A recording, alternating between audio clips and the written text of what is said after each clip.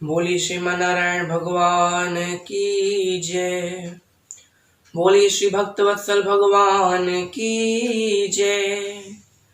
बोली श्रीमद् भागवत महापुराण की जय।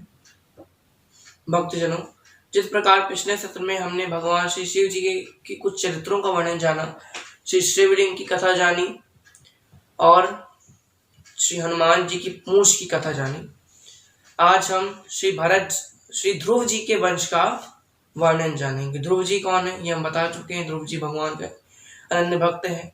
जब वो तपस्या कर लौट कर आए, बड़े हुए, तब उनके पिता उत्तानपाद ने उनको राजा बनाया और खुद संन्यास लेने चले गए। यहाँ ध्रुव जी के विवाह होता है। पहला विवाह शिशुमार की पुत्री श्री भ्रमी देवी के साथ होता है, जिससे उन्हें 2 पुत्र होते हैं, कल्प और वत्स। दूसरा विवाह वायु की पुत्री इला के साथ होता है, जिससे उन्हें 1 पुत्र होते हैं, जिनका नाम है उत्कल। उत्कल राजपद को अस्वीकार कर लेते हैं, वो संन्यास लेने चले जाते हैं।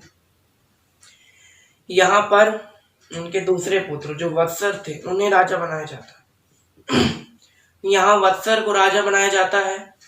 वत्सर के वंश में होते हैं राजा अंग।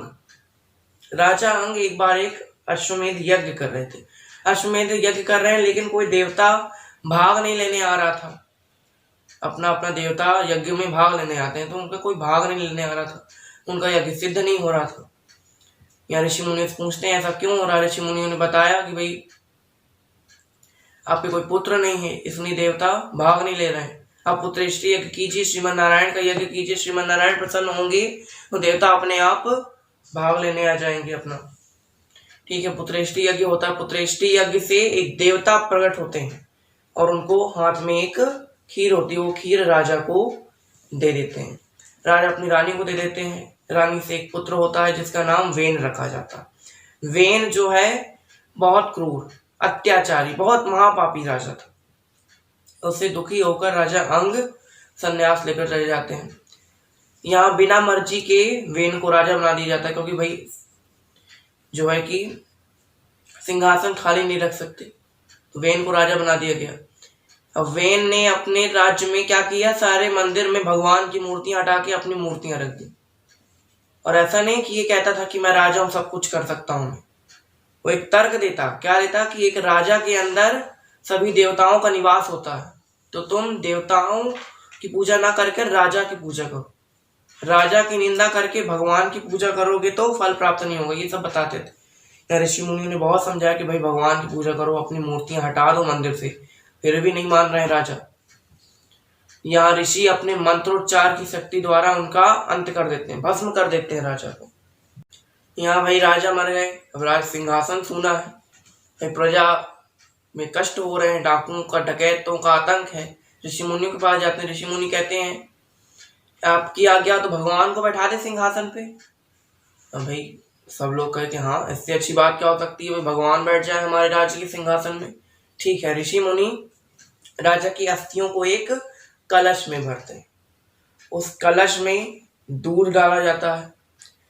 दूध डालते हैं, इसके बाद उसका मंथन करना शुरू कर देते हैं। उन अस्थियों का मंथन करते हैं तो पहले एक कौवा बाहर निकलता है, एकदम काला कौवा बाहर निकलता है। ये लोग कहते हैं ये क्या है। ऋषि मुनि कहते हैं ये राजा के पाप थे जो उड़ गए। फिर अस्थियों का मंथन होता है, उससे अब साक्षात श्रीमन नारायण पृथु के अवतार में प्रकट होते हैं। श्रीमन नारायण प्रकट हुए, उनके साथ उनकी पत्नी माता लक्ष्मी भी उनके साथ प्रकट हुई, अचिरा माता के रूप में प्रकट होती हैं। यहाँ राजा पृथु का प्रादुर्भाव हुआ। उन्होंने पृथ्वी का दोहन किया तो उससे कई सारे औषधियां निकली, कई सारे अन्न आदि निकले। ठीक है, एक बार राजा पृथु अश्वमेध यज्ञ कर रहे थे। अश्वमेध यज्ञ क्या होता है, एक यज्ञ होता है जिसमें अश्व छोड़ा जाता है और अश्व को सारी पृथ्वी पर घुमाया जाता है। जो इस अश्व को पकड़ लेता है उसे उस राजा की चुनौती स्वीकार करनी पड़ती है जिस राजा ने अश्व छोड़ा। फिर युद्ध होता है, उसके बाद जो जीतता है, अगर आप जीत गए तो अश्वमेध यज्ञ सफल है, अगर नहीं जीते तो नहीं।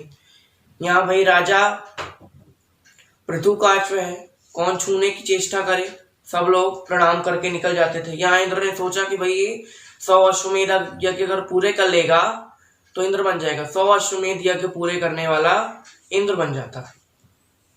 तो इंद्र ने घोड़े को चुरा लिया।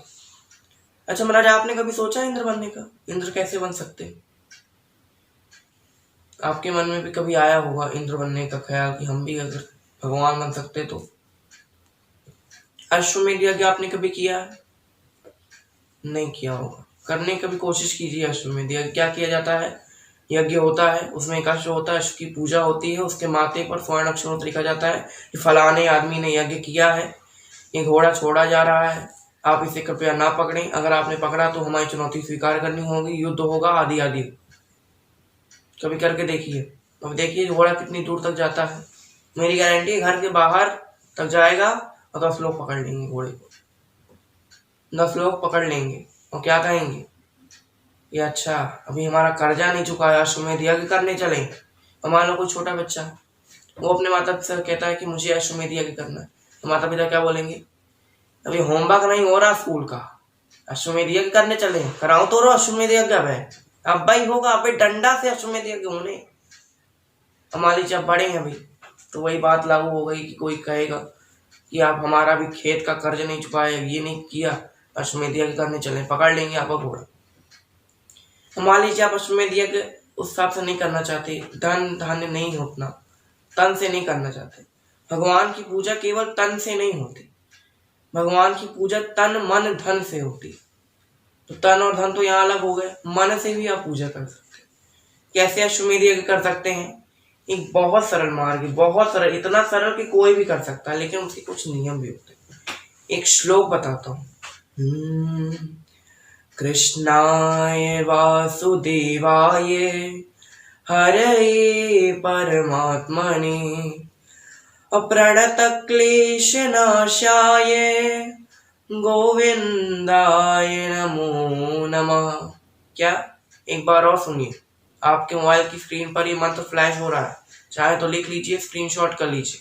देखिए, कृष्णाय वासुदेवाय हरये परमात्मने अप्रणतक्लेशनाशाय गोविंदाय नमो नमः।